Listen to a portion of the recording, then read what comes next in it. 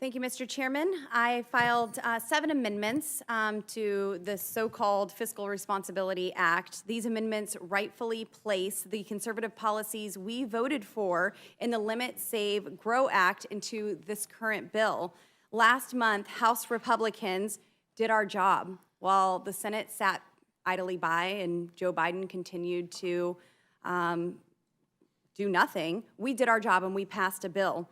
We voted to responsibly raise the debt ceiling in exchange for enacting pro-policies and real spending cuts. Our bill saved taxpayers $4.8 trillion and included real reforms.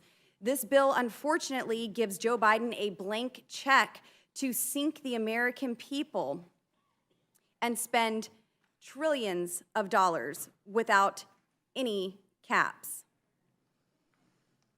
The American people will be sent further into debt after this administration and a Democrat-controlled Senate required Americans to spend $10 trillion more over the next 10 years than we previously estimated to spend.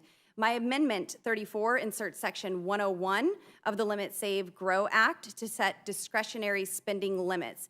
These changes limit future spending by returning discretionary spending to pre-pandemic levels, while maintaining a strong national defense and protecting Medicare and Social Security.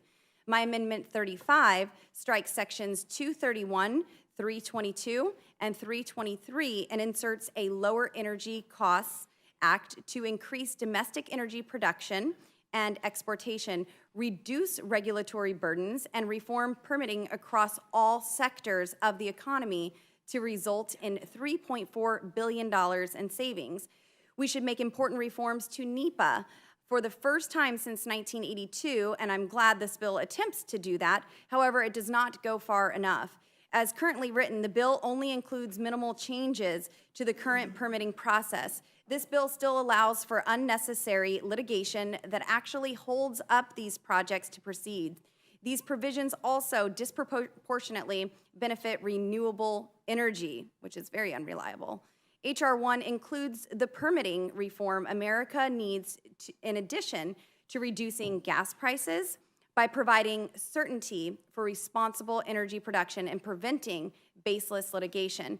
My Amendment 37 strikes Titles 1 and 2 of Division C and inserts reasonable work requirements on SNAP, TANF, and Medicaid to lift people out of poverty, grow the workforce, and reduce federal entitlement spending, likely resulting in $120.1 billion in savings. More Americans are receiving welfare benefits than ever before.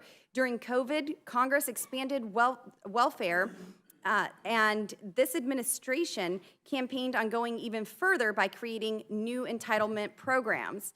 There are still nearly $10 million unfulfilled in job openings across the country. This is almost 2 jobs for every unemployed person. This labor shortage continues to affect everything from small businesses to large-scale construction and manufacturing projects.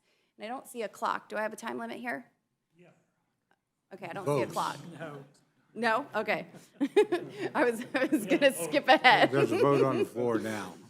My Amendment 38 inserts the REINS Act to require congressional approval of any federal regulation that has an economic effect of at least $100 million, spurring economic growth and reducing the burden on small businesses and families. The GOP majority has been empowered to hold the Biden administration accountable and demand transparency by revealing just how much Biden's executive orders are costing American families and small businesses. And unfortunately, in the current bill that we are currently debating, the administrative pay-go allows the director of OMB to suspend any of these regulations at any time. It's kind of like the fox guarding the hen house here.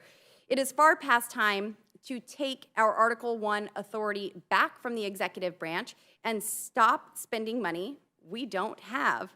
A argument my husband and I often had over the years. My Amendment 39 inserts Section 201 of Limit, Save, Grow to rescind unobligated COVID funds to result in $29.5 billion in immediate savings. COVID is over. Simply put, We need to stop paying for these unnecessary programs. My Amendment 42 inserts Division B, Title III of the Limit, Save, Grow Act to repeal federal spending on the Green New Deal tax credits, resulting in $569.5 billion in savings. My Amendment 43 requires any future pauses on student loan repayment to be approved by Congress.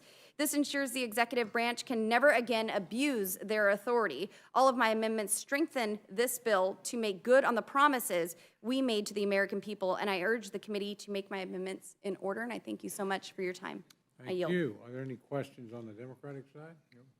Are there any questions on the Republican side? I want to thank all of our witnesses for Thank you, Mr. appearing Chairman. before us today.